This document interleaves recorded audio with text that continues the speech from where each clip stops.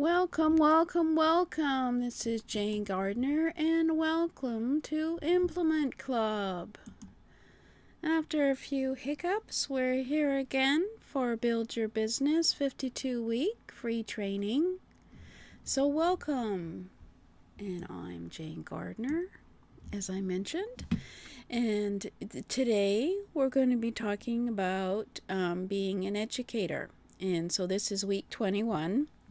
And we have been looking at various principles to use in order to implement, get into action, and grow your business. So let's get started. First off, I guess I should tell you who I am. Where's my bio? I like to call this my bio. It's pictures of me. I live in Western Canada.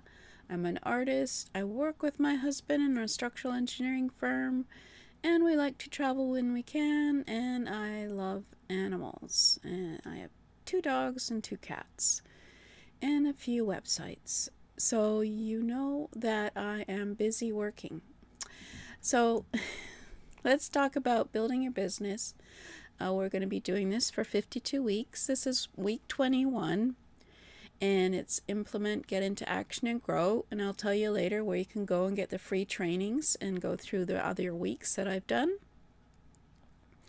But today, it's all about positioning yourself as an educator. So we have 15 principles, and the first one I call your core principles or your core values. You need to develop your entrepreneurial mindset, develop your brand as you go along. Position yourself as an educator, do a weekly workshop, build a product snowball, develop a strategic marketing framework, create a content factory, build a massive network, become a media mogul, get into production mode, build a learning center, create an online community, raise and build an affiliate army, and you will grow, and you will be able to have more freedom in your business if you get systems in place. So I've gone through the 15 principles already once, and this is the second time around, and we're down to positioning yourself as an educator. So let's get started. I'm going to be talking about something you may have not thought about before, but when I say position yourself as an educator, by doing a weekly workshop, being visible on the internet, even if you're in front of or behind the camera doing presentations, you will be seen as visible. You'll be seen as an expert. You'll be seen as an authority. You'll be seen.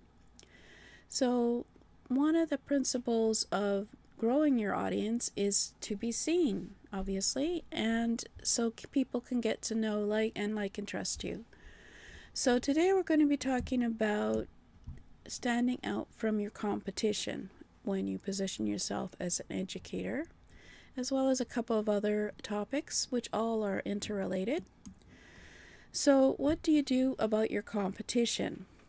Well, you know there's lots of ideas on the internet that are similar to yours, and you're going to be doing yours from your unique perspective and your unique personality.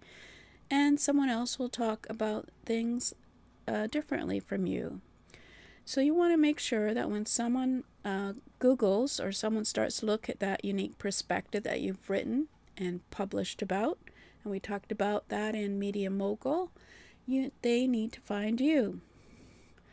So what you need to do is focus on different aspect of it, which is going to be about competition.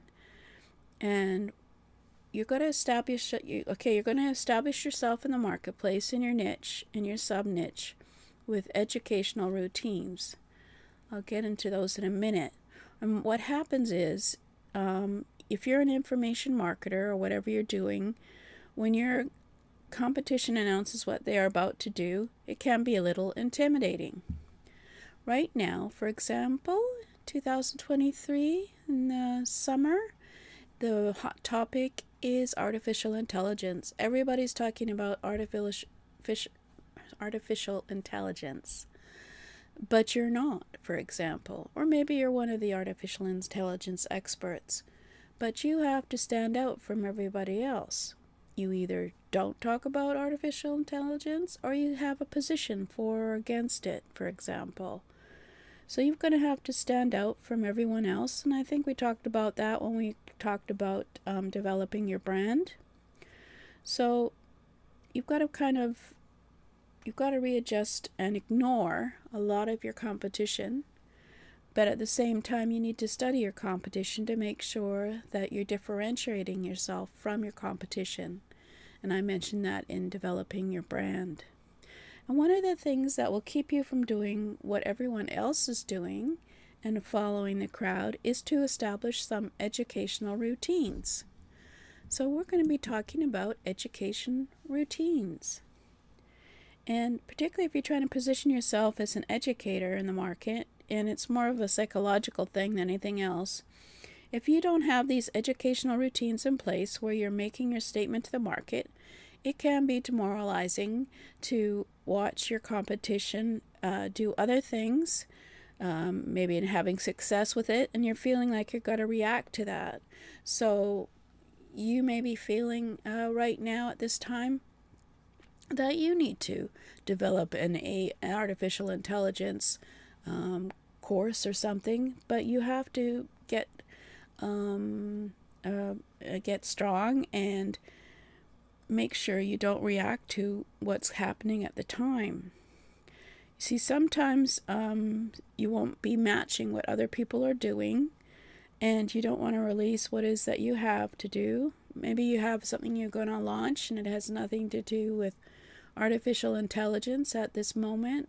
Then you have to be strong and realize that you are unique and what you want to do is different from everyone else. And so those people who find you that are different, find that you are different, will be attracted to you and of course follow along.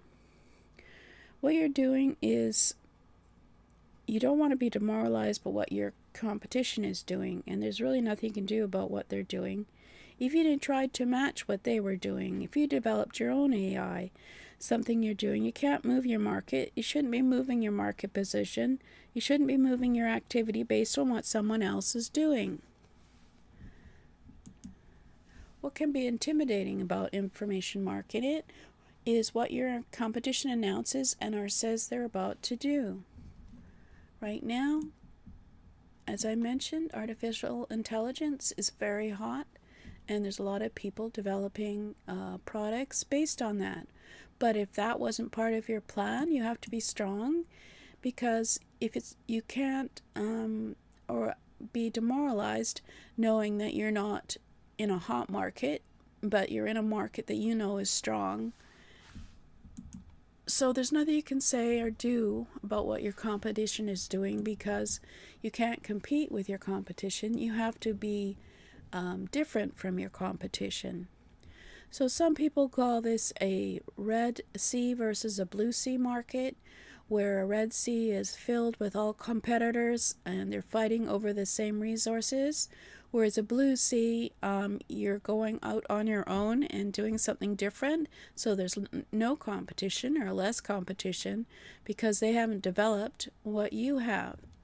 So you have to remember that you're unique. And it's questionable as to whether or not they're really your competition anyway.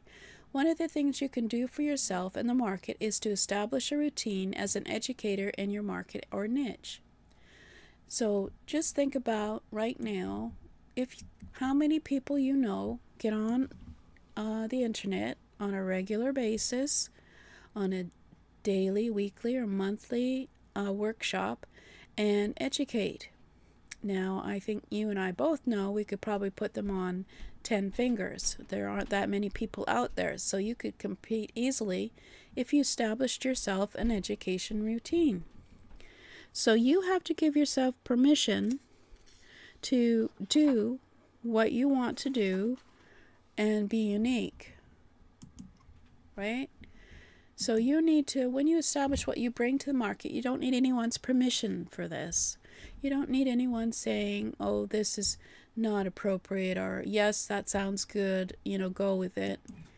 And in many cases, if you want someone to partner with you, will want to already have something of your own started.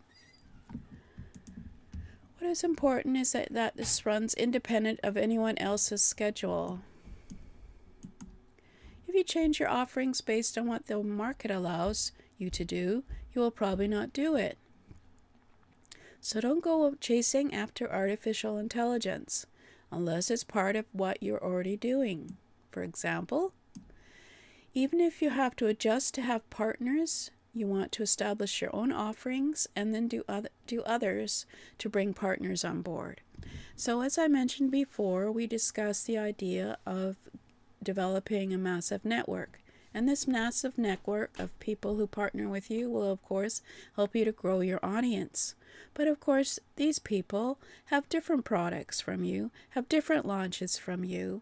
And what you cannot do is decide, okay, I do my workshop every Monday, but you want me to do a launch on Monday and do a workshop with you. I'm sorry, but you'll have to find a different time for that, maybe an hour before when I do my workshop, or an hour after, or another day, because you need to always be consistent in what you're doing and your weekly workshops. So I'm doing this workshop right now, even though everybody's busy and there may not be anybody here, but I'm creating content. In short, you must give yourself permission to provide value to the market. Remember, you know you have value, you have value to share, you have value, and that you have value as well, and that what you're sharing is important. And so you have to realize, don't follow the market, don't follow the competitors, don't follow the whatever the trends are. Just remember that you have value. You've done your research. You know who your audience is. You know they need what you have. You know who these people are and how you can fulfill their need for products or services. And do not get swayed and go off and develop another thing just because it's trending. So your educational offerings need to be things that you want to bring to the market. So, you can create something new. You can create something based on something old, as long as it's something that the market wants. So sometimes you're just trying to inspire people, and sometimes you might want to be entertaining. Note, when the word education is used, it can mean inspiration and entertainment also. So you could be actually doing interviews with others to learn about their business. You could be entertaining. You could do a podcast. You could do a free workshop, obviously. So you're teaching something, or you are giving somebody something. But again, about 30 minutes every week is about the limit. You should be doing something free for the marketplace for about 30 minutes. Okay. And of course, if you decide you want to be an entertainer and you want to be a singer and do that, then you should be talking about singing for 30 minutes. But you see, should be something, right, where whether now you're telling stories or whatever the case is, you're bringing your people something on a weekly basis that they can get for absolutely free, so you can establish yourself as a person of value in your marketplace. And this is where you're going to teach somebody how to best use what it is that you are selling. So basically, when you're educating, you're teaching people how to be a better customer. And so you're going to give them all of the information they need in order to use what you sell, whatever it is.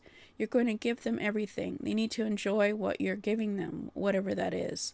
And so you do it on a weekly basis. So how can people get enjoyment from what you do? So if you're selling them on a weekly basis or monthly, it doesn't really matter. But if you're getting started and you're trying to figure out, well, how often should I be giving away 30 minutes to time? Until you really establish your own routine, you should also be bringing some kind of regular content.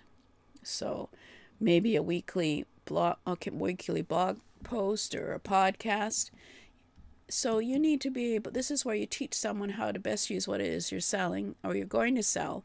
And then, of course, you do a demo of what you want to sell. Then, of course, people will be more interested in what you have to sell. You need to bring some kind of content update using a blog, podcast, or video channel. Be careful not to create too much exclusive content for social media. Always create. It's better to repurpose, even if you throttle your posts for putting it elsewhere. Always create a home base or home basis for your content. So obviously have a website where your content is so that it's easier for people to find, including your weekly workshop or promoting your weekly workshop. You need to bring some kind of monetizable offering to the market on a regular basis. This is whether or not you get big numbers or JV partners or not when you're just getting started.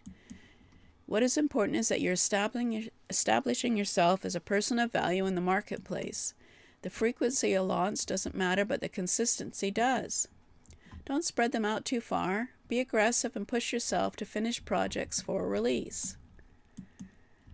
This will force and focus your attention away from being seen to getting your offering seen. So what is the routine that matters? The routine that matters isn't your production routine. It isn't posting to social media. If you focus on your production routine, it's likely you will not focus on what's right and best for your customer. What matters is what the customer sees. For example, how you produce a weekly podcast is less important than the fact that you're focused on your customer hearing from you at the same time every week. If you focus on the latter, your personal production routine will adjust, and you will always be making sure and scheduling so that you have your podcast on a certain day in your schedule. Also, you will say yes to some things and no to things that are good, but not necessarily for you to say yes to right now. As you start getting into the routine, more people will see you, and they may ask if you are interested in partnering with them. So you just have to remember what your focus is, and is there a publishing schedule or calendar for your routine of workshops? You've probably heard quite a bit about having a blogging or publishing calendar. This is good, but only part of the answer. You need to focus in order of monetization. What will you get traffic for? Your buyers. What will get you traffic for buyers? What will get you more revenue? So where is the place that it's easiest to get traffic to come to your weekly workshop? What will put you in front of the right partners? You need to routinely, based on education for monetization, not education for education's sake. So where does email fall in your priority? Well, of course, your top priority is to grow and engage your email subscribers. You must do this on a regular basis.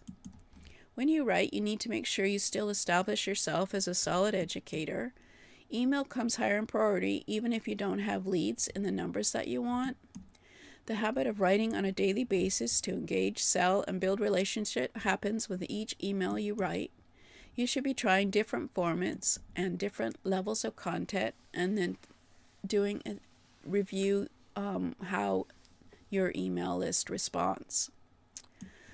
And so where does social media fall in your positioning yourself as an educator? Well, social media comes after your education production. The reason is you want to have something to share that's unique, helpful, interesting, branded your way, unique to you.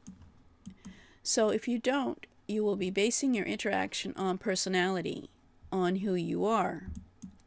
That said, there's plenty of traffic for your offerings, especially on YouTube, which is in between social media and content. But the attention on social is very fragmented. You need to balance the time spent there with coming up with your best ideas. Social media causes you to react, and this is what educators don't do. So I think you can say, just from being on social media, that when you see something in the feed you like to respond to, you might even write a comment. You're spending time, which is best served, making some of your products, planning your products, planning your workshop. You have to be very, very strict about the time you spend on social media. Positioning yourself as an educator with your teams puts you in control, even when you're looking for partners, customers, or collaborators. So remember that when you think of going on Facebook every day. So in conclusion, if you position yourself as an educator, you need to be able to recognize who your competition is, recognize that you are not competing with your competition. You are going to be unique and stand out from your competition, so you're going to be doing something different. So you have to think about how you're going to develop your brand, develop your weekly workshops such that they're unique from what other people are doing. And of course, you've got to establish educational routines.